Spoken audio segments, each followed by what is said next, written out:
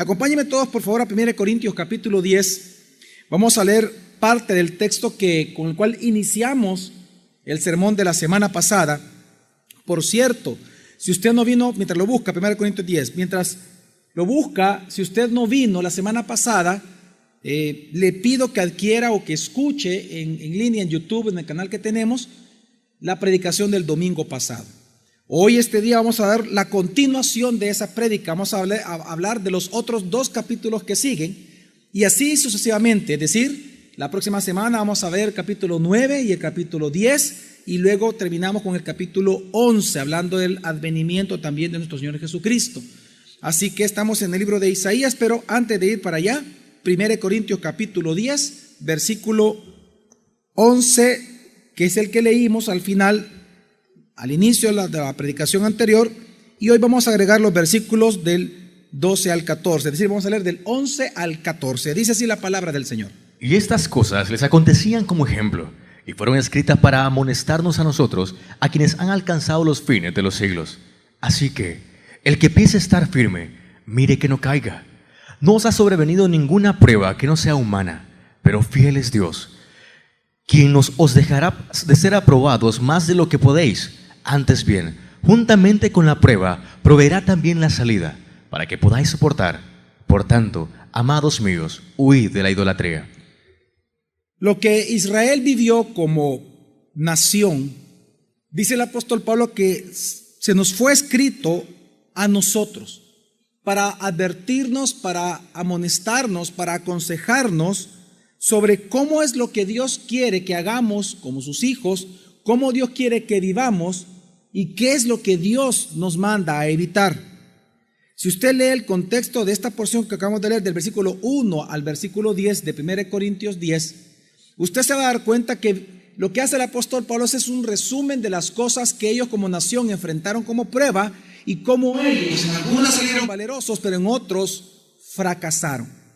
En ese contexto, Pablo dice, estas cosas fueron escritas, es decir, toda la historia de Israel en el Antiguo Testamento fue escrito para nosotros hoy, para Dios advertirnos a nosotros de lo que no tenemos que hacer que ellos hicieron. Ahora bien, por eso luego dice el versículo 12, así que el que piensa estar firme, mire que no caiga. Ahora, ¿por qué dice esto? Porque al igual que Israel cayó, igual nosotros, los hijos de Dios, vamos a ser probados, solo que a diferencia de Israel, ellos cayeron. Pero nosotros, Dios nos invita a que el que cree que está firme en la fe en Jesucristo, entienda que cuando sea probado, él puede caer también. Ese es el sentido del texto. Precisamente lo que Dios nos está diciendo es que al igual que Israel fue probada, pero cayó, igual nosotros, los que creemos en Jesús como Dios Salvador, vamos a ser probados y por lo tanto tenemos que tener cuidado desde ahora de no caer. Ahora la pregunta es ¿cómo no caer en esa prueba o en las tentaciones que surgen en medio de la prueba? Y entonces Dios dice, confiando en la salida que Dios provee, versículo 12, 13 y 14, en la salida que Dios provee para nosotros en momentos de tentación. Dios nos dice que en todo tiempo de prueba, Dios siempre nos da a nosotros, nos provee, esa es la palabra importante, nos provee la salida para no caer en tentación. Ahora bien, ¿a qué se refiere Dios? ¿Cuál es esa salida que Dios provee siempre que usted enfrenta una tentación o que está sometido a una prueba? La salida es la Biblia, la salida es la palabra, y lo aclaro, porque hay muchísimas, no sé si llamarlas herejías, pero hay muchísimas ideas erróneas y espiritualistas con respecto a este versículo. La salida es la palabra. Por eso es que luego de decir esto, nos da el mandamiento regresando a la idea de los primeros versículos. Por lo tanto, dice el versículo 14, amados míos, ¿qué dice? ¿Huid de qué? De la idolatría. Es decir, tenemos que entender de que el problema que Israel sufrió es que cuando fue puesto a prueba, cayó en idolatría, pues ellos desecharon la palabra que Dios a través de profetas les enviaba como salida de estas pruebas. ¿Por qué la Biblia es la salida que Dios nos da? Porque cada vez que usted enfrenta una prueba, usted va a encontrar en la Biblia, cuando usted esté frente a una tentación, en la Biblia siempre le dice a usted Dios lo que usted tiene que hacer y lo que no tiene que hacer con respecto a eso. Es interesante que en la Biblia se encuentra la respuesta a todo lo que usted es tentado en su fe. Cada vez que usted tiene una duda entre obedecer a Dios o no obedecer a Dios, Dios le da la salida. ¿Cuál? Los mandamientos. Dios nos dice a nosotros a través de su palabra qué cosa tenemos que hacer, en qué circunstancia. Y es lo que pasó con el pueblo hebreo, solo que cayeron en idolatría. Si usted revisa la historia de Israel, en todas las pruebas que ellos vivieron, Dios siempre les dijo qué tenían que hacer. Venía un pueblo a atacarlos, haz esto. Enfrentaban una tentación, no hagas esto, tienes que hacer esto otro. Si ellos hacían eso, obtenían la victoria.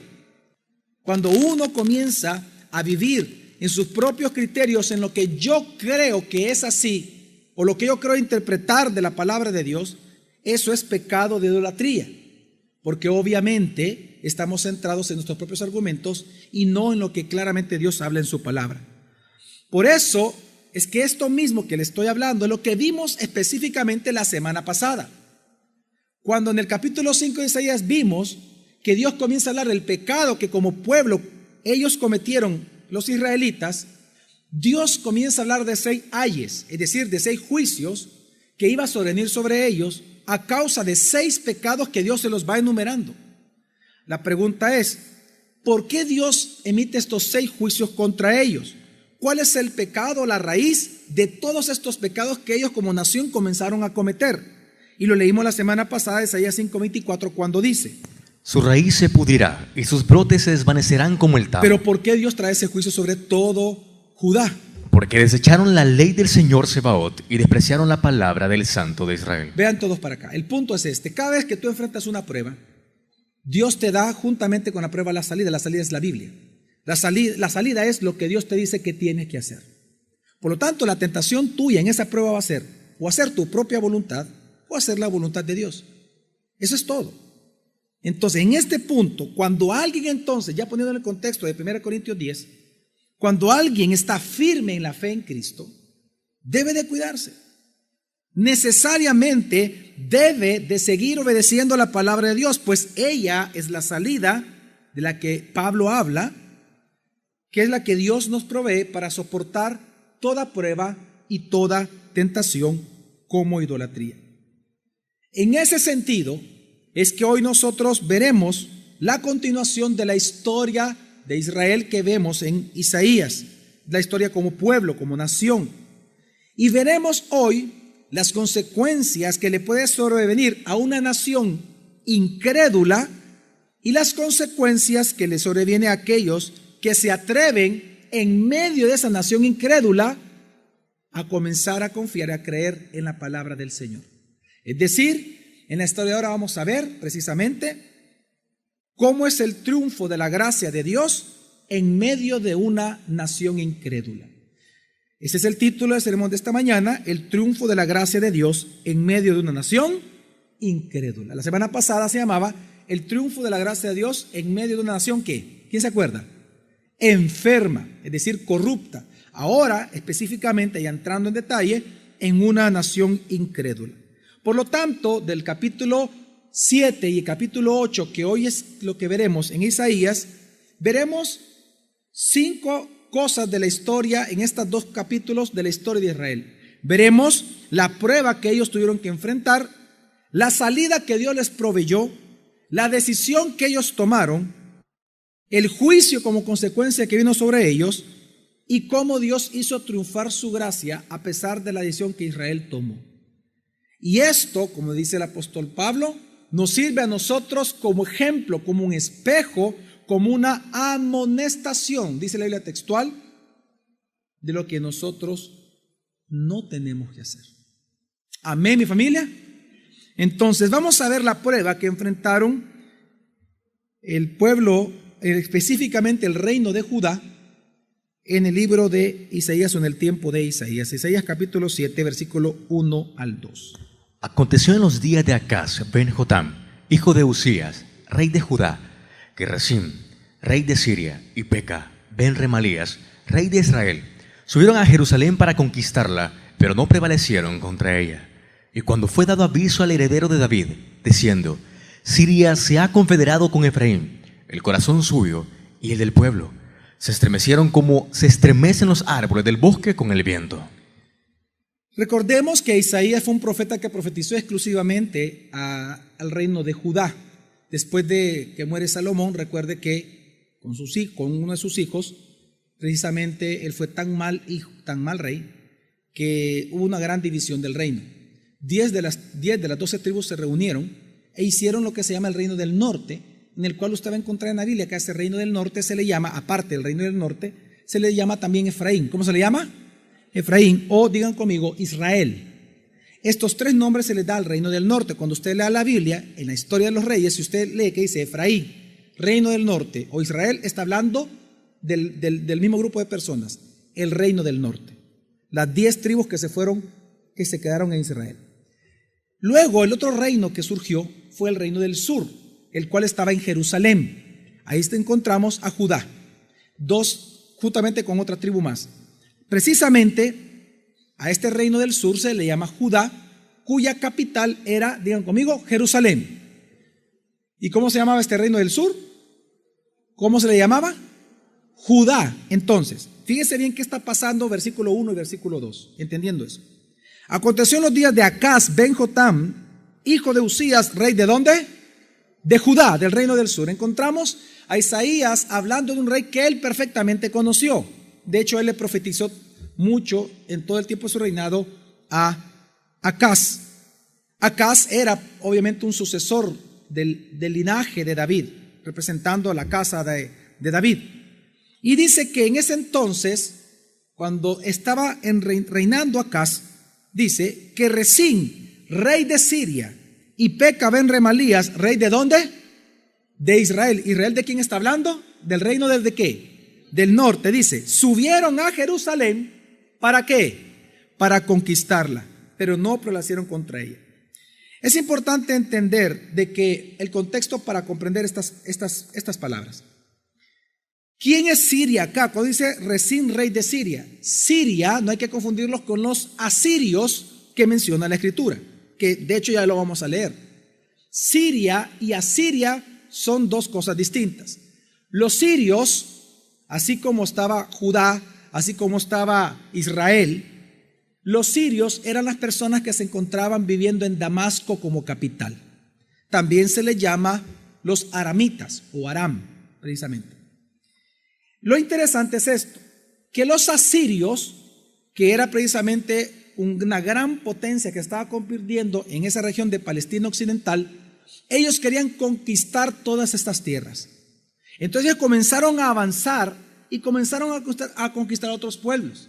Ante la amenaza de los asirios, Israel y Siria, que eran enemigos naturales de ellos, tanto de Israel como de Judá, Israel y Siria se unen para enfrentar precisamente a los asirios. En ese contexto vienen ellos e invitan a Acaz como rey de Judá que se les una y formar entonces 3 naciones unidas enfrentando a los asirios. ¿Quiénes? Siria, Israel y Judá. Pero Acaz, rey de Judá, no lo quiso hacer. Y como él no se quiso unir a esta confederación de naciones para enfrentar a los asirios, es que entonces Siria y Israel decidieron juntos atacar a Judá. ¿Por qué querían conquistar a Judá? Por su poderío militar, por sus riquezas, por sus estrategias, para tener una ventaja, según ellos, militar ante los asirios. Entonces, lo que encontramos acá en contexto, en el versículo 1 y 2, es que venía entonces el reino del norte, juntamente con los sirios, a atacar la ciudad. ¿Qué pasó en el corazón del rey Acaz y qué pasó en el corazón de todos los de Judá? Dice el versículo 2, y cuando fue dado aviso al heredero de David. ¿Cómo se le llama aquí a Acaz? ¿Cómo se le llama? Heredero o casa de quién? De David, como dice otras versiones. Ya vamos a explicar por qué se lo dice así. Diciendo, Siria se ha confederado con Efraín, que es el mismo Israel. Dice la Escritura, el corazón suyo y el del pueblo se estremecieron como se estremecen los árboles del bosque del viento. En otras palabras, temor profundo vino al corazón del rey de Judá y por lo tanto a todo Judá. El miedo embargó los corazones, miedo a morir, miedo a desaparecer. Ahora bien, ¿por qué Dios específicamente pone aquí a Acaz, que no fue un rey bueno, es más, fue un incrédulo todo el tiempo? ¿Por qué le llama la casa de David? Tenemos que entender que en este exclusivo pasaje, hablar de la dinastía, se habla como casa de David o como heredero de David, porque Acaz estaba personificando en su propia función como rey la dinastía de David. Por lo tanto, lo que Dios está resaltando es lo siguiente: lo que Acaz como rey de Judá decidiera, escuchen los hombres que están casados, que son cabeza de hogar, lo que Acaz decidiera como rey de Judá, por ser un sucesor de David, del linaje de donde Dios prometió el Mesías, por ser él un representante, personificar la herencia de David, lo que él decidiera hacer sobre el pueblo ante esa prueba, iba a repercutir para siempre en todo Judá. Si él decidía conforme a la voluntad de Dios, las bendiciones caerían no solamente sobre él, sino que sobre toda la casa de Judá, toda la casa de David.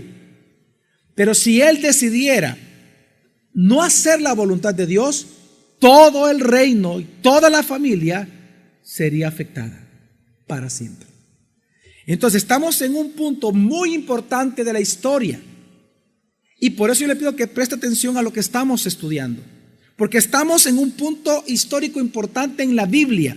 Hoy usted va a entender por qué el Mesías nació en un trono que ya no tenía valor, en una tierra que ya no era de los judíos, que le correspondía a Judá tener, y por qué nació pobre cuando él era el rey del universo y él es el rey del universo. ¿Por qué nació una nación pobre? Por lo que Acaz decidió acá. Estamos en un punto muy importante en la historia, y por eso se le llama a él la casa de David en este texto. Ahora bien, esta es la prueba. Es como cuando usted de repente está en su oficina y viene un hombre, usted siendo mujer, o viene una mujer, usted siendo un hombre, y viene y le tira el atarrayazo directo a usted. Me gustas, quiero tener sexo contigo. Y usted está casado o está casada. ¿Qué va a hacer? Viene el tiempo de la prueba cuando de repente usted está endeudado y vienen a cobrarle y usted no tiene dinero. ¿Qué va a hacer? ¿Robar, matar, huir? ¿Qué va a hacer? Quiero que entiendan que venían dos naciones a atacar a Judá. Y el corazón se estremeció del rey. Y todo el pueblo comenzó a llorar. Nos van a matar.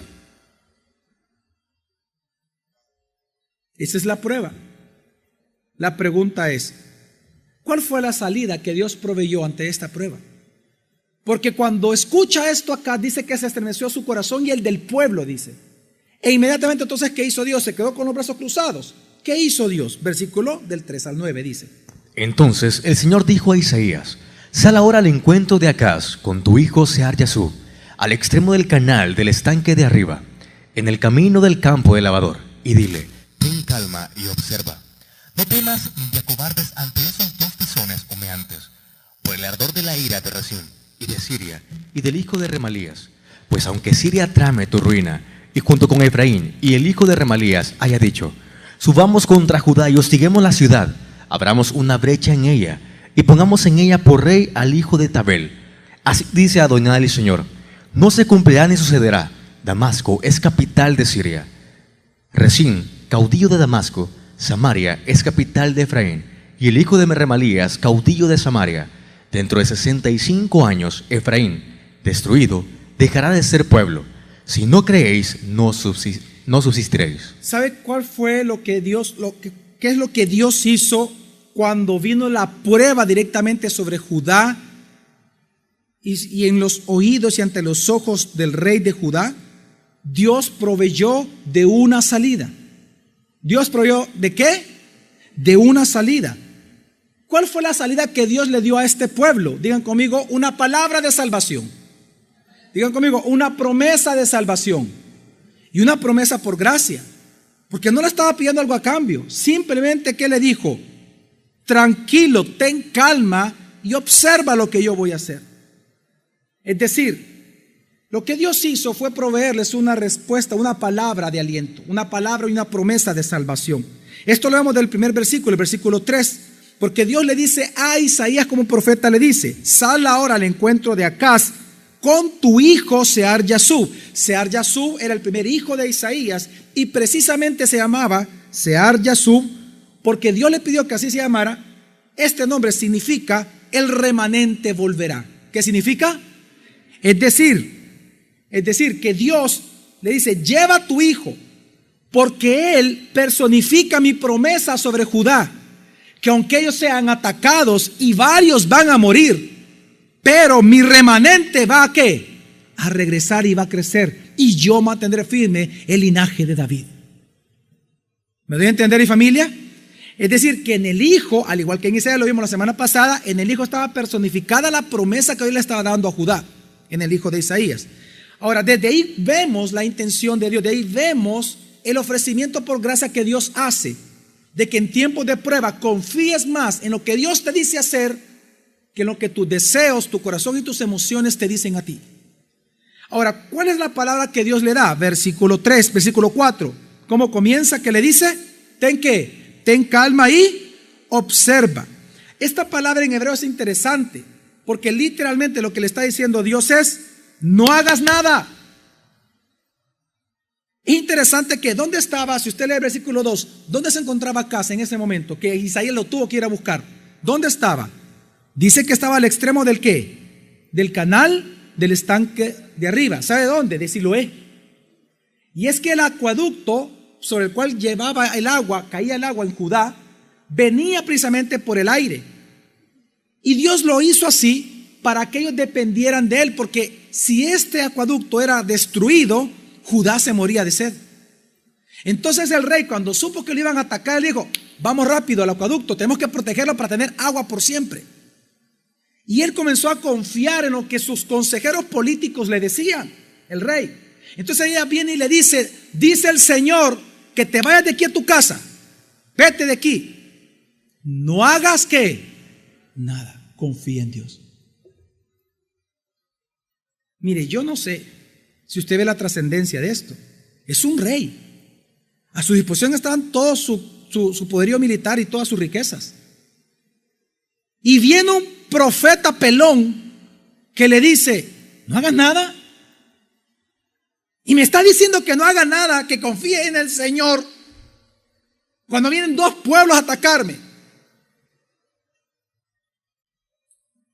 Ahora, ¿por qué Isaías le dice no hagas nada? Por lo siguiente: porque cuando Acaz toma el poder y es llevado como rey, por otros textos que encontramos en la Escritura, vemos que el cuerpo político que lo rodeaba a él, es decir, sus consejeros políticos, eran pro-asirios. ¿Eran pro qué? Asirios, no sirios, asirios. Entonces ellos comenzaron a aconsejar lo siguiente, los consejeros políticos: mira, no hagas alianza con ellos dos porque te vienen a atacar ya. Mejor haz alianza con los asirios. Unámonos con aquellos que quieren convertir todo esto en un imperio. Y así salvamos nuestro pellejo y salvamos a Judá, según ellos. Y entonces ellos comenzaron a aconsejarle que se unieran a los asirios. Y por eso es que Dios le manda a decir: no lo hagas. Es más, veamos bien qué le dice el Señor a él: ten calma y observa. ¿Y qué le dice? No temas ni qué, ni te acobardes ante estos dos tizones humeantes. Dios todavía es despectivo contra Israel y contra Siria. Le dice: ¿por qué tienes miedo acá? ¿Es que no te das cuenta que estos dos son puebluchos? ¿Cómo vas a creer que van a destruir a Judá? ¿Qué es lo que le dice después? Mira, así tan cierto como Damasco es la capital de Siria y Samaria la capital de Israel, por inferencia lo que Dios le está diciendo al rey es esto: pero tu ciudad es Judá, es Jerusalén, es la ciudad de David, tú eres del linaje de él, tú eres más que ellos, ¿por qué te atemorizas? Y entonces Dios comienza a decirle lo siguiente y comienza a enseñarle, a recordarle que él no puede tomar una decisión por miedo. Porque él por miedo, ¿con quién quería hacer alianzas? Dijimos, con los asirios. Mire, para aquellos que los nombres y todo, se lo voy a poner en este contexto, perdón la comparación, no, yo le pido que sean maduros, es solamente un ejemplo que voy a dar.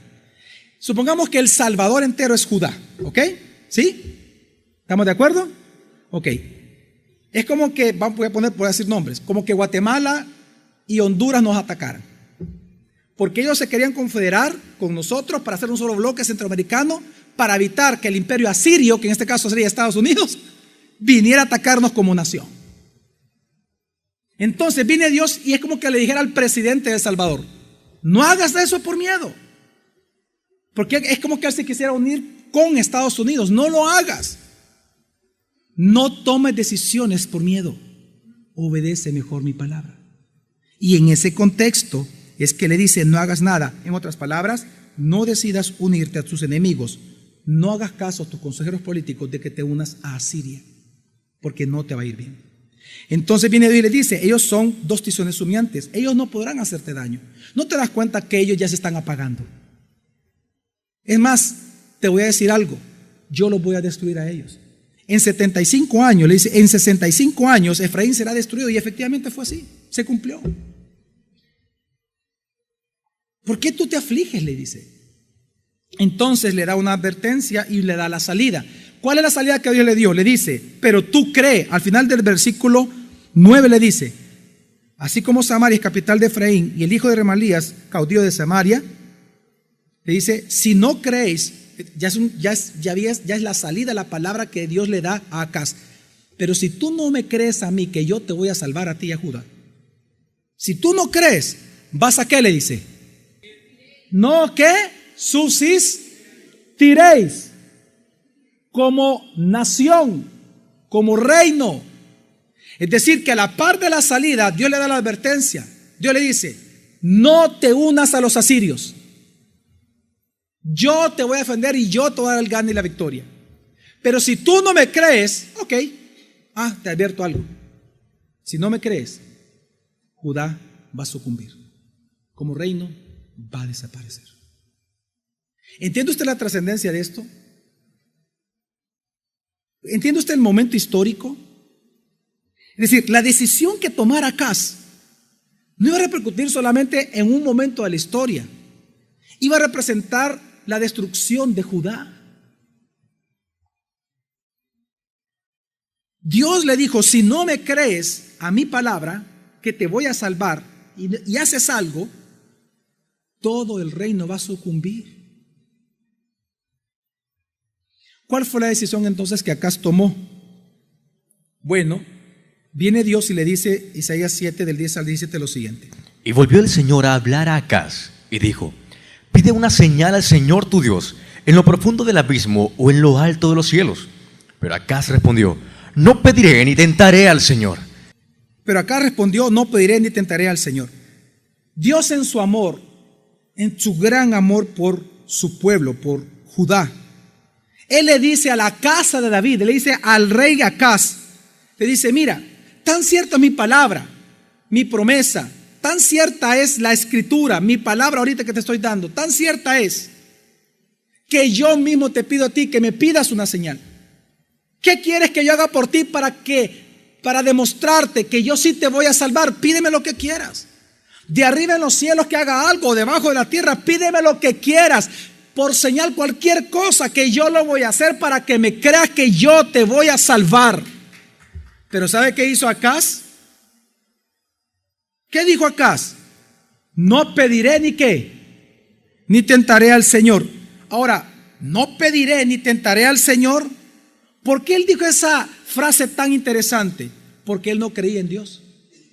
Él no solamente no le creía a Dios, es que él no creía en ese Dios. Quiero que entendamos algo. Esa frase de Acaz fue una falsa piedad. Fue una falsa piedad que disfrazaba realmente su incredulidad en Dios. Él ya había decidido en su corazón confiar más en la política de su gobierno para poder solventar los problemas que enfrentaba su reino que en la misma palabra de Dios. Él decidió creer a sus consejeros porque él no creía en el Dios de Judá. Claramente el pecado de tentar a Dios existe, porque lo que él dice es que yo no voy a tentar a Dios. Claramente en él encontramos que tentar a Dios es aquel pecado de incredulidad en donde una persona en su arrogancia o en su incredulidad le dice a Dios: ok, haz esto, pero para que yo entonces vea que tú eres digno de confianza. Eso es arrogancia. Ese es el pecado de tentar a Dios. Pero en este caso es Dios quien está pidiendo a Acaz que le pida señal. Es Dios como un padre que le dice a Acaz: pídeme lo que quieras, no me crees, pídeme señal. ¿Qué quieres que yo haga por ti para que me creas? Como cuando un hombre le dice eso a una mujer, ¿no? Dime, mujer, ¿qué quieres que haga para que me creas que yo te amo? Dice aquí Dios rogándole prácticamente a Acaz y a Judá. Y Acaz en su soberbia le dijo: no. ¿Por qué? Porque fíjese bien, él no creía en Dios. Si él creyera en Dios, él como Gedeón, él hubiera pedido pruebas a Dios. Claro. ¿Por qué Gedeón probó a Dios y él no se considera como una tentación para Dios? Porque él creía en Dios, él creyó en la palabra de Dios. Lo que él quería es que le confirmara en el momento y el tiempo el que tenía que hacer las cosas. Y fue cuando le pidió una prueba a Dios y le dijo: mira, dame esto por señal. Y Dios se lo hizo perfectamente. ¿Por qué? Porque él sí creía en Dios, pero Acaz no. La prueba era para Acaz. Acaz, al rechazar pedirle a Dios una prueba de que él iba a defender Judá, él estaba manifestando su incredulidad en Dios. ¿Qué pasó entonces? Que Acaz hizo lo que no tenía que hacer. Acaz hizo una alianza. ¿Con quién cree? Con los asirios. Y en ese momento, por incredulidad, confió más en la política de su reinado, en los políticos de su reinado, en los ejércitos que tenían, en la fuerza militar que tenían, en sus riquezas, que en Dios, a través del profeta. Y esto es sumamente importante, como les dije al inicio. ¿Por qué? Porque al él tomar esta decisión, siendo él el representante de la casa de David o el heredero de David, él estaba ya sellando el destino de Judá, que Judá iba pronto en los próximos años a desaparecer, y lo cual se cumplió 150 años después de Acaz, con el exilio por los neobabilónicos. Dios cumplió su palabra. ¿No me crees? Ok, Judá va a sucumbir. Y sucumbió. Este fue un punto importante en la historia. Ahora, una pregunta. ¿Qué hace usted cuando usted duda de Dios o de la palabra de Dios? ¿Qué hace usted cuando está enfrentando una prueba de mentir, una prueba de robar? Cuando usted está siendo probado, ¿qué hace usted? ¿Sigue mintiendo? ¿Va a confiar en su propia carne? Cuando usted está tentado a adulterar, ¿qué va a hacer usted? ¿Va a desobedecer la Escritura? ¿Siguiendo sus propios argumentos? Cuando usted, por ejemplo, se ve ya enfrentado a una prueba durísima, ¿usted al final va a hacer lo que usted considera que es correcto? ¿O va a hacer todo aquello que la Biblia le dice a usted que tiene que hacer en ese momento? Ahora bien, ¿cómo Dios ve la incredulidad en Acaz? ¿Cómo Dios la vio? Y vean qué interesante. Dios le dice a Acaz: pídeme por cualquier cosa por señal de que yo te voy a ayudar. Pero como Acaz decidió rechazar la palabra de Dios y confiar en una política, en su economía y en su política para solventar los problemas de la nación, Dios entonces, él dice: entonces te voy a dar una señal de que te voy a destruir a ti y a Judá. ¿Y cuál es esa señal? Dice versículo 13 al 17. Dijo entonces: oye ahora, heredero de David, os es poco de ser molestos a los hombres, para que también lo seáis a mi Dios. Aquí ya es Dios reclamándole a él por la decisión que él tomó. Por dice tanto, con los asirios. Y entonces viene y le dice Dios, entonces, por tanto, Adonai mismo os dará señal. ¿cuál? He aquí, la virgen quedará encinta y dará a luz un hijo, y llamará su nombre Emmanuel. Comerá requesón con miel hasta que aprenda a rechazar el mal y a escoger el bien. Porque antes que el niño aprenda a rechazar el mal y a escoger el bien, será abandonada la tierra por dos reyes que te hacen temer. El Señor hará venir sobre ti y sobre tu pueblo y sobre la casa de tu padre días como nunca vinieron desde que Efraín se separó de Judá, esto es, al rey de Asiria. Y habla de Asiria. Wow, esto es importante. ¿Sabe qué? En resumen, lo que Dios le está diciendo: tú no me pediste señal, ¿verdad? Pues entonces yo te voy a dar a ti una señal de que lo que te dije se va a cumplir, que si no me creías, tú y Judá iban a sucumbir. Esto te será por señal. Y entonces comienza a decir: he aquí que la virgen quedará encinta y dará a luz ¿a quién? A un hijo, y llamará su nombre Emmanuel. En otras palabras, viene Dios y le dice, esta profecía que le da, que es una profecía mesiánica hablando de Cristo, voy a explicar rápidamente por qué, también era de un cumplimiento local, en el sentido en que Dios le está diciendo a ellos: quiero que entiendas, esta señal no es para que tú ya creas acá, tú ya decidiste, ya hiciste tu pacto con Asiria. Esta profecía o esta señal va a ser una señal de perdición para ti.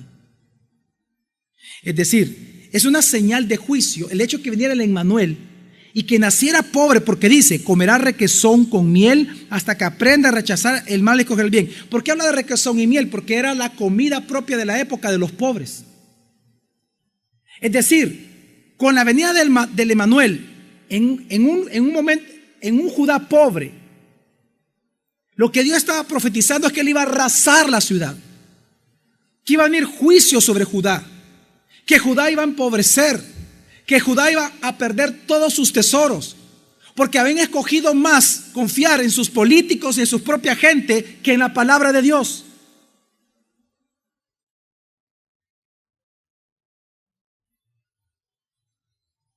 Es decir, que esta profecía acerca de Cristo era una señal de perdición para ellos.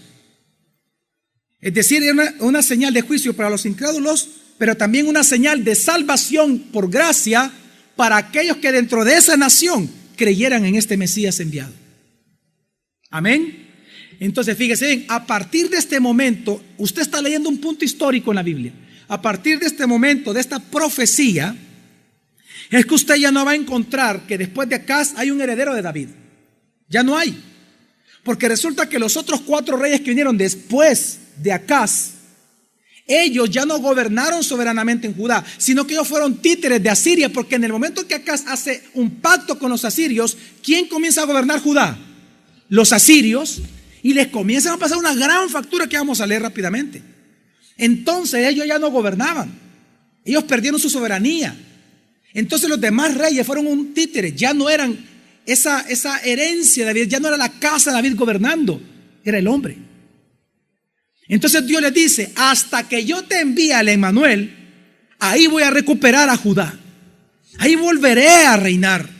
Él hará lo que yo quiera, Él restaurará todas las cosas. Obviamente está hablando del Mesías, amén. Pero también era una promesa para ellos, para los que creyeran. Ahora bien, por eso es que a partir de esta fecha nunca más hubo realmente casa o heredero de David, sino que los reyes que vinieron después hasta el exilio fueron títeres. Y recuerda usted quiénes pasaron encima de Judá a partir de este momento. Se lo voy a resumir. Vinieron los asirios, luego vinieron los babilónicos. Los asirios lo que hicieron fue empobrecerlos, llevaron todos sus tesoros, pagaron grandes tributos a Siria. Pero como Babilonia conquistó a Siria, viene, conquista a Judá y exilia a todos los de Judá. Pero recuerde también que después de Babilonia vinieron los persas, conquistaron a los babilonios. Persia se convirtió en el imperio hasta el día de ahora más grande que ha existido en toda la historia de la humanidad. Pero luego de Persia, ¿quién surgió? Grecia. Vencieron a los persas. Y luego, estoy contando la historia de la humanidad. Y luego de Grecia, ¿quién surgió? Roma. Y es ahí donde vino el Emmanuel. ¿Entiende usted? Entre Acaz y el imperio romano ya no hubo más casa de David. Usted está leyendo un punto importante en la historia. Y esto fue escrito, ¿qué dice Pablo? ¿Como un qué? Como un ejemplo para nosotros hoy. Entonces, versículo 17, rápidamente léelo. Aquí esto es bien importante, dice: el Señor hará venir sobre ti y sobre tu pueblo y sobre la casa de tu padre días como nunca vinieron desde que Efraín se separó de Judá, esto es, al rey de Asiria. Es decir, ¿con quién ellos hicieron el pacto? Dijimos, con los asirios. ¿Y a través de quiénes Dios iba a destruir Judá? Con los asirios. ¿Ve usted lo que está pasando acá? Ellos confiaron en quién, dijimos, y a quién iba a ocupar, a qué rey iba a ocupar Dios como un rodillo para pasar encima de Judá. Al rey de Asiria. Ok, vean todos para acá.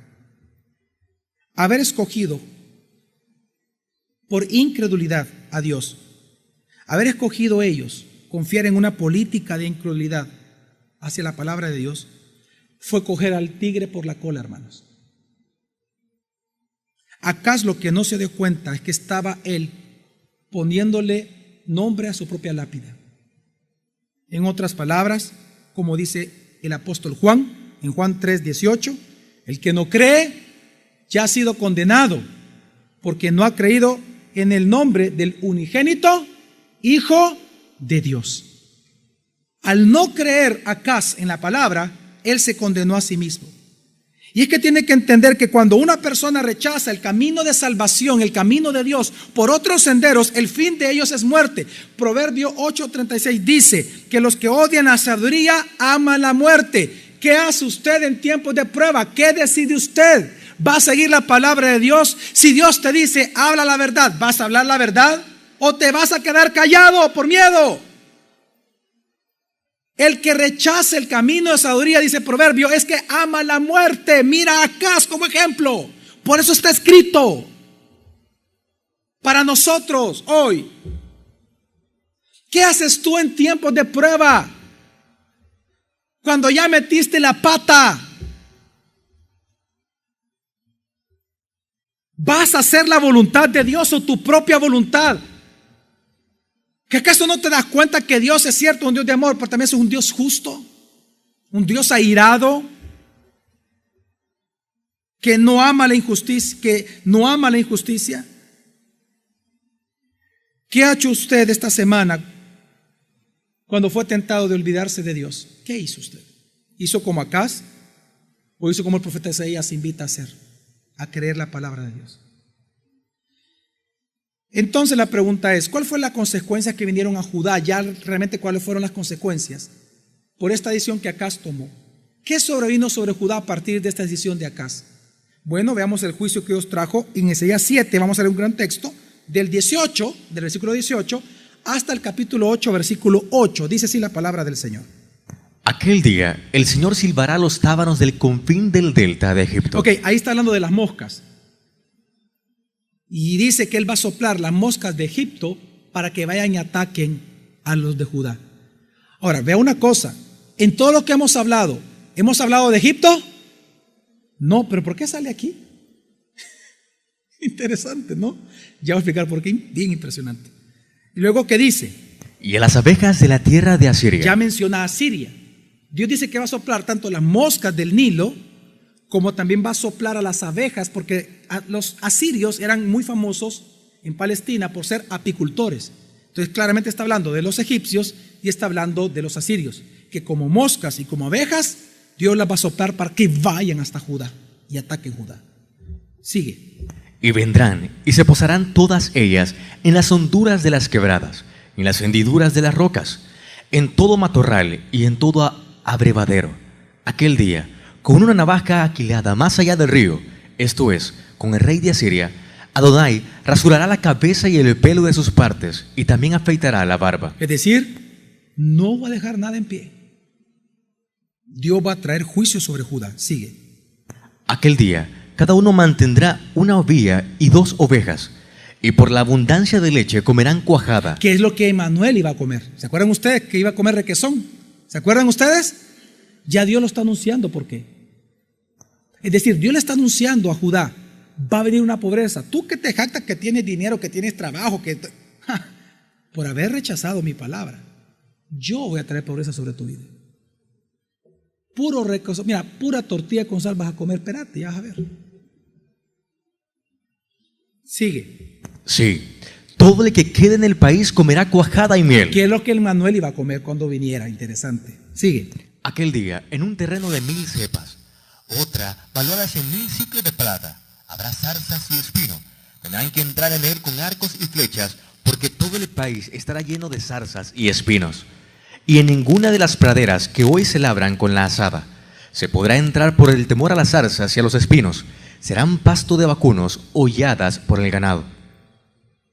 Sí. Me dijo el Señor: tómate una tabla grande y escribe en ella con letra legible, para Amer Salal Hasbán, y yo me tomaré por testigos fieles, para atestiguar la profecía al sacerdote Urías y a Zacarías ben Baraquías. Esta palabra Maher Salah Hasbad es: yo voy a traer la destrucción, o sea, él va a traer el juicio sobre Judá.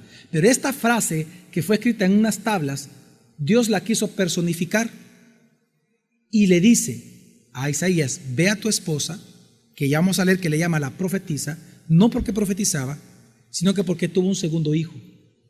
Y en este segundo hijo, el nombre que le puso fue ese, Maher Salah Hasbaz, para que en él se personificara todo lo que Dios va a traer sobre Judá. Sigue, y lo dice ahorita en este momento. Y yo me tomaré por testigos fieles para atestiguar la profecía al sacerdote Urías y a Zacarías ben Baraquías. Y entonces dice Isaías, Me llegué entonces a la profetisa, que es su esposa, la cual concibió y dio a luz un hijo. Me dijo el Señor: ponle por nombre Maher Salah Hasbaz, porque antes que el niño aprenda a decir papá y mamá, la riqueza de Damasco y los despojos de Samaria serán llevados al rey de Asiria. Es decir, que los dos pueblos, como en el ejemplo que les di, resulta entonces que como que Guatemala y Honduras vinieran a atacar. Dios lo que dice: ok, yo igual voy a cumplir mi palabra, aunque acaso no me creyó. Voy a mandar a los asirios a que arrasen con ellos. Y luego vendré por Judá. Sigue. Otra vez el Señor volvió a hablarme diciendo: por cuanto este pueblo desprecia las mansas aguas de Siloé Ahí está hablando ya de Judá. y desfallece ante Resín y el hijo de Ramalías. Es decir, este pueblo, por cuanto ya no confía en mi palabra y teme a los israelitas y está temiendo a los sirios, que son dos tizones humeantes que ya se van a apagar, por decidir conforme a sus propios miedos, dice Dios, voy a hacer lo siguiente. Sigue. Sabed que Adonai los sumergirá en las aguas del Éufrates, torrenciales e impetuosas, el rey de Asiria con todo su ejército, que rebasan los cauces y desbordan las riberas, e inundarán Judá, y crecerán y llegarán hasta el cuello, y se desplegarán sus alas hasta cubrir la anchura de tu tierra, oh Y Emmanuel. menciono una vez más la profecía, oh Emmanuel.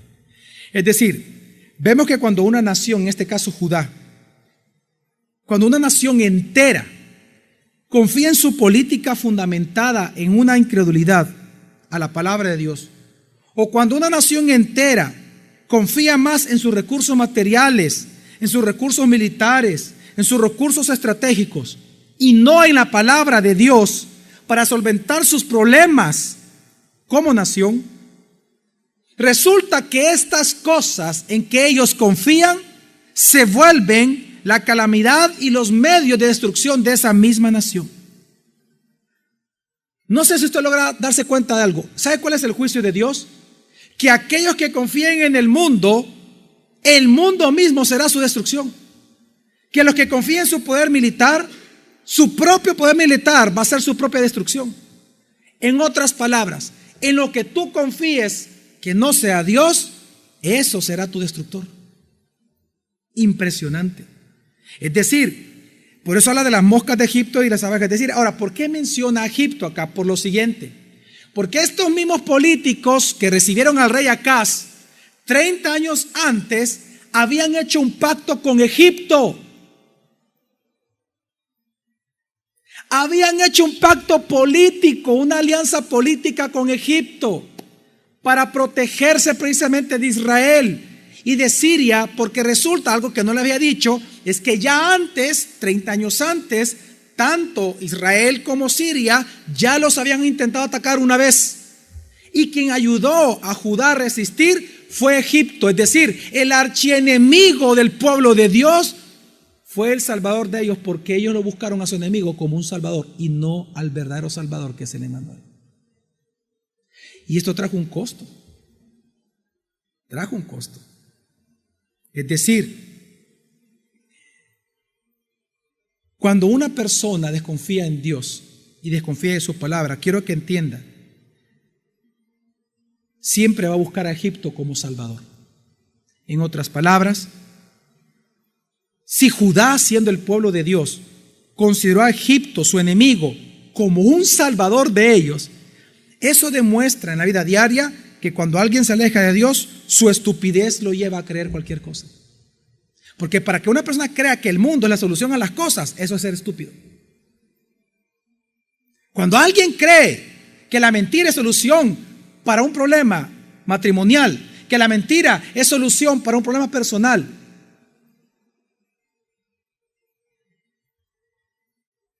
eso se llama, como eufemismo lo voy a decir, insensatez. Y es que esto, mire, ¿en qué usted está confiando literalmente aquí en El Salvador para que la situación cambie? ¿En quién usted está confiando? ¿En política? ¿En alianzas económicas? ¿En un socialismo? ¿En el capitalismo? ¿No sería más bien que nosotros los cristianos deberíamos de confiar en la palabra de Dios y sujetarnos a ellas? ¿Y ser agentes entonces con la palabra de transformación social de nuestro país? Amén.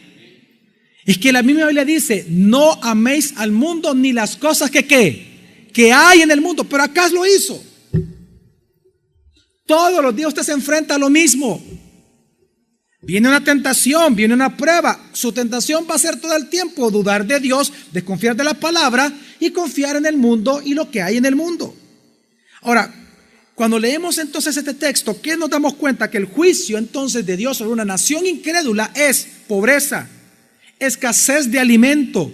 Claro, después de tomar bastante leche y tener carne, etcétera, hoy van a comer pura miel y puro requesón. El juicio consistía en pobreza, escasez de alimentos, reducción de la riqueza nacional, salarios bajos, mucho desempleo, que es lo que está hablando ahí Dios. Cuando habla de que antes tenías esto y vas a tener puras ovejitas, está hablando que va a haber escasez de empleo. ¿Pero por qué? Porque Dios gratuitamente, por gracia, le ofreció la salvación a Acaz y a Judá, pero ellos como nación decidieron confiar en sus propias políticas incrédulas. Digan conmigo, el juicio por elegir al mundo, más fuerte, el juicio por elegir al mundo es obtenerlo en toda su plenitud. ¿El qué, pastor? El mundo. Ese es el juicio de Dios. ¿Tú quieres el mundo? Ok, te lo entrego completo. Señor, danos carne, le dijeron en el desierto. Ah, ¿quieres carne? Codornices, pues, está bueno, hártense y vomiten entonces. Y así murieron. Usted quiere el mundo, usted ama el mundo. Ok, le dice, dale. Pero entiende que tu juicio va a ser que vas a obtenerlo todo lo del mundo. Ese va a ser tu juicio. ¿Quieres el mundo? Ok. Ok, dale. Pero vas a obtenerlo todo de él. Y es que Dios les advierte. ¿Qué es lo que Dios le está diciendo acá cuando usted lee el versículo 7 y 8? Ah, tú confiaste en Egipto. Entonces quiero que entiendas que los ríos de Egipto te van a ahogar. Tú confiaste en los asirios. Ok, entonces quiero que entiendas que su ejército, en lo que tú confiaste, te va a arrasar a ti. Digan conmigo, elegir al mundo supone ser invadido por él.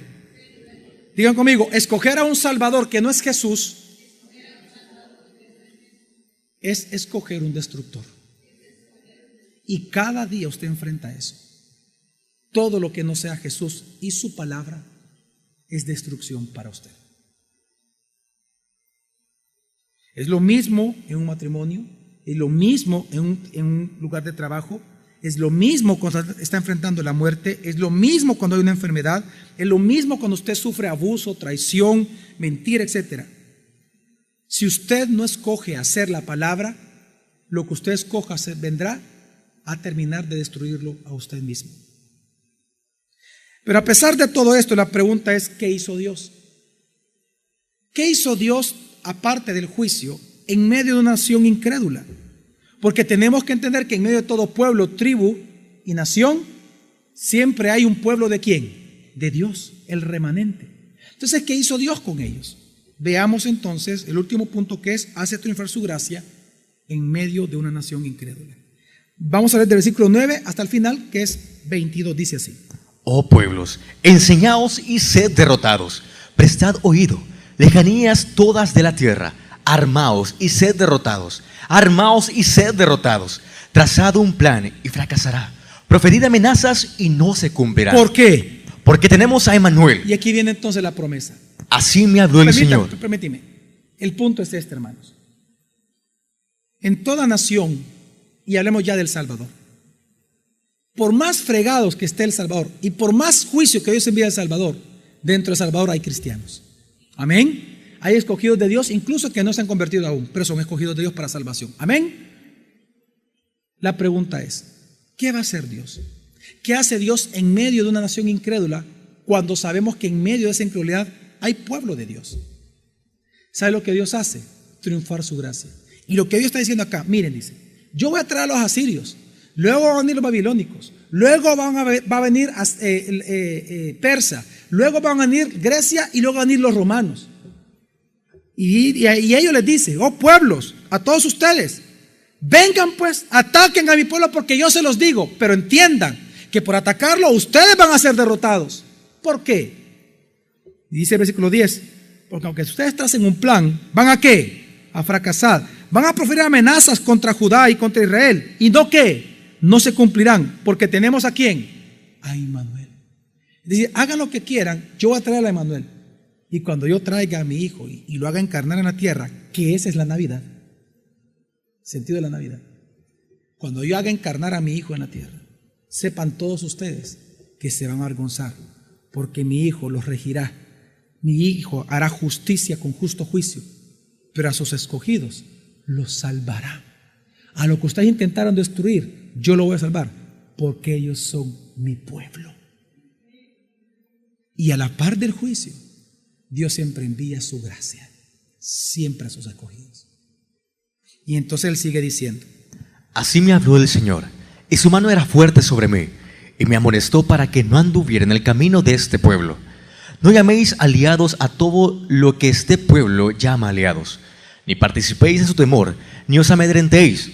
Al Señor Sebaot santificad, sea Él vuestro temor y sea Él vuestro pavor. Él os será por santuario, pero piedra de tropiezo y roca de caída para ambas casas de Israel. Red y trampa para los habitantes de Jerusalén. Muchos tropezarán entre ellos y caerán y serán quebrantados. Se enredarán y quedarán apresados. Ata el rollo del testimonio y sella la ley entre mis discípulos. Esperaré al Señor, que ha escondido su rostro de la casa de Jacob. Sí, a Él esperaré. He aquí, yo y los hijos del Señor me dio como señales y presagios para Israel, de parte del Señor Sebaot que habita en el monte Sión. Y cuando os digan, consultad a los que invocan a los muertos y a los adivinos, que musitan y susurran, responded, ¿no consultará el pueblo a Dios? ¿Por qué habrán de ir los vivos a consultar a los muertos? A la ley y al testimonio. Si no dicen conforme a esta palabra, es porque no les ha amanecido. Pasarán por la tierra y fatigados y hambrientos. Y sucederá que teniendo hambre, se indignarán y maldecirán a su rey y a su Dios. Alzarán la vista y mirarán la tierra. Y he allí tribulación y tinieblas, angustia y oscuridad. Y serán sumidos en la oscuridad. Mientras Dios confirma que los incrédulos de Judá sucumbirán ante la oscuridad como juicio de Dios, no así sus escogidos y remanente dentro de Judá, que ellos ciertamente serán rescatados por Dios. Hermanos, cuando nosotros leemos desde el versículo 9 y 10, lo que estamos viendo es que Dios promete a su pueblo aquello que es dicho en el Evangelio, que si Dios está por nosotros, ¿quién contra nosotros? Aquí lo está Dios anunciando a Judá. Por un lado, a los incrédulos traeré juicio, pero por otro lado, los que crean en mi palabra, yo los protegeré. Porque si yo estoy por vosotros, ¿quién contra vosotros? Egipto, Asiria, nadie de ellos. Yo estoy por ti, ¿quién contra ti? Amén, mi familia. Ahora, y esto es importante porque dentro de cada nación siempre hay un remanente que Dios va a cuidar. Ahora, también veamos algo importante en estos versículos. El remanente sufre. El remanente va a sufrir las consecuencias, va a haber pobreza. El remanente, aunque es remanente, va a comer precisamente requesón y miel. Pero la diferencia con los incrédulos es que el remanente, aunque venga todos estos juicios sobre nación y como nación, como miembros de esa nación, ellos van a sufrir esa escasez, pero ellos no van a perder ni la paz ni el gozo que solo Dios les va a dar porque son hijos de Dios. ¿Me doy a entender, familia? Ellos van a enfrentar de manera distinta los juicios de Dios sobre su nación. Los incrédulos van a sucumbir, se van a matar, se van a asesinar, pero los hijos de Dios no, van a sufrir las consecuencias porque es un juicio sobre la nación donde ellos están viviendo, pero ellos como hijos de Dios van a ser la esperanza y luz para esa nación. ¿Me doy a entender, mi familia? Y dice el versículo 12, no llaméis aliados a lo que este pueblo incrédulo llama aliados, ni participéis de su temor, ni os amedrentéis, sino que al Señor santificad. Es decir, Dios da el mandamiento. ¿Qué tienen que hacer los crédulos? ¿Qué tienen que hacer los hijos de Dios en medio de una nación incrédula como en El Salvador? Tenemos que temer a Dios y no a los hombres. ¿Qué tenemos que hacer, hermanos? Temer a Dios y no a los hombres. Dios les dice, si el rey de Judá, Acaz, y sus políticos te mandan a hacer algo en contra de mi palabra, si te opones a eso, no es pecado, porque va en contra de mi palabra. Tú no vas a temer a los hombres, tú te vas a santificar, tú a mí me vas a santificar, a mi palabra. ¿Se acuerdan ustedes en el Padre Nuestro cuando dice Padre Nuestro? ¿Qué decimos después? Que está en los cielos santificado. ¿Qué dice? ¿Santificado qué?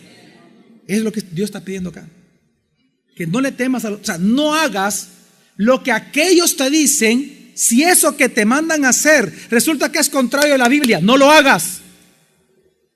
A pesar de las consecuencias que hagan sobre tu vida, porque es mejor temer a Dios que temer al hombre. ¿Se acuerdan ustedes las palabras de Jesús cuando les dice? Jesús mismo les dice en Mateo 10:28, no temáis a los que matan el cuerpo, pero el alma no pueden matar. Temed más bien a aquel, es decir, a Dios, que puede destruir el alma y el cuerpo. ¿En dónde? En el infierno. Es lo mismo que está diciendo Dios acá.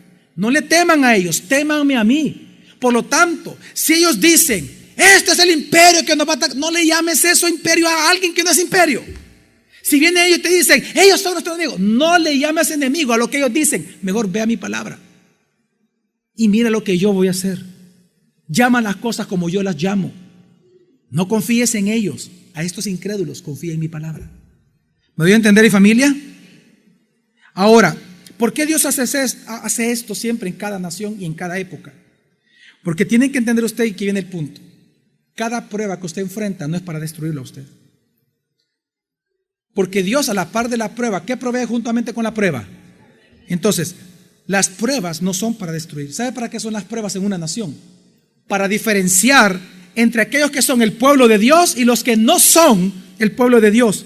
Las pruebas en una nación es para que se manifieste quién es hijo de Dios y quién es bastardo, quién es cabro y quién es oveja, quién es trigo y quién es cizaña. Pero son las pruebas en una nación.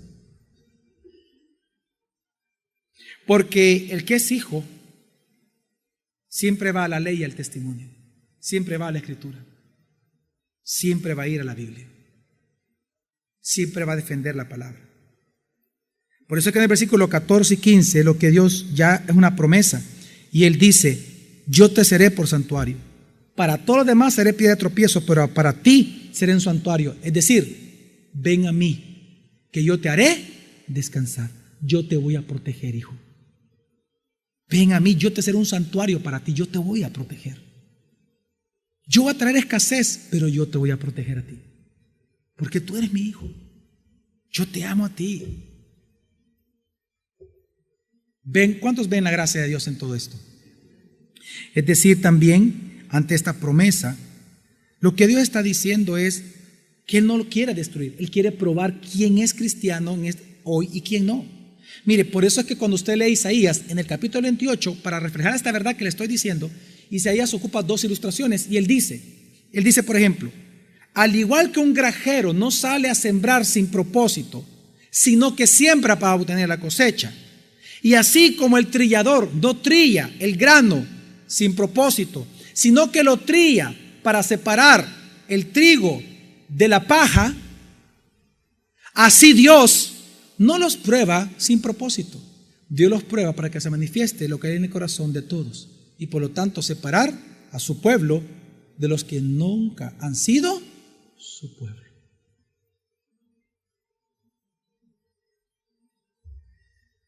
Dios promete por gracia ser nuestro lugar santo.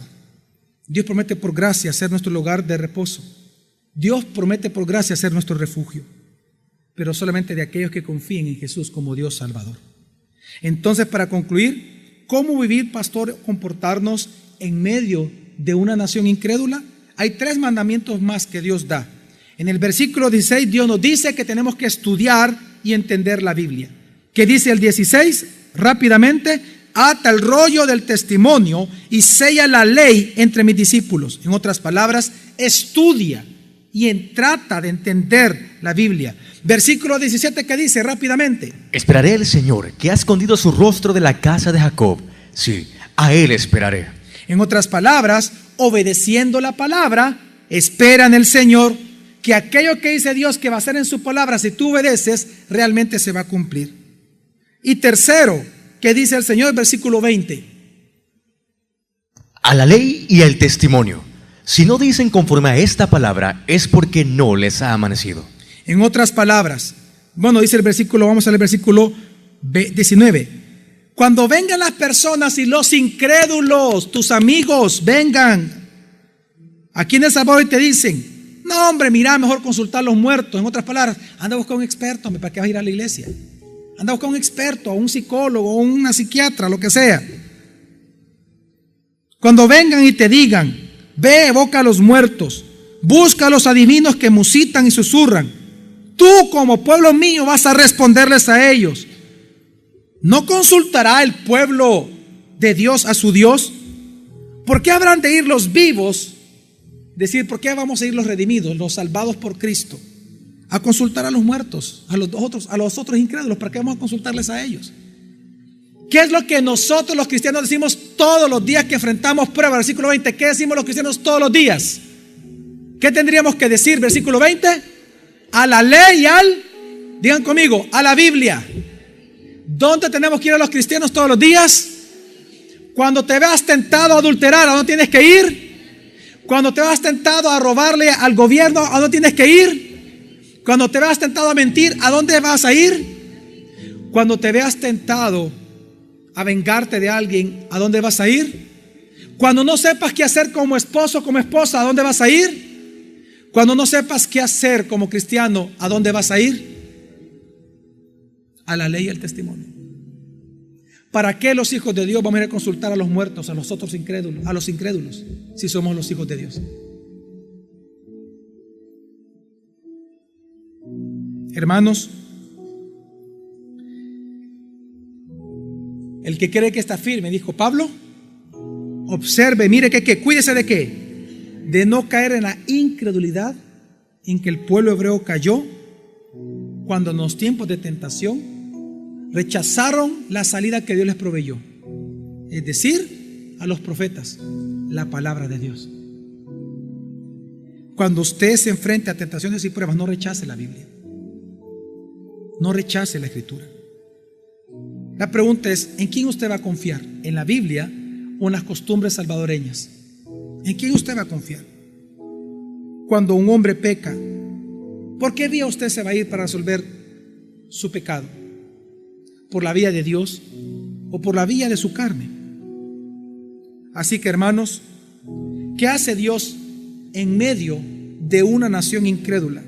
Número 1, se glorifica enviando sus juicios justos sobre los incrédulos, pero también se glorifica otorgando gracia salvadora y gracia sustentadora a los que creen en medio de esa nación incrédula. Amigos y amigas que nos visitan, que están hoy sentados acá, ¿a qué grupo usted pertenece? ¿Incrédulos o crédulos? Que Dios les bendiga. Vamos a orar.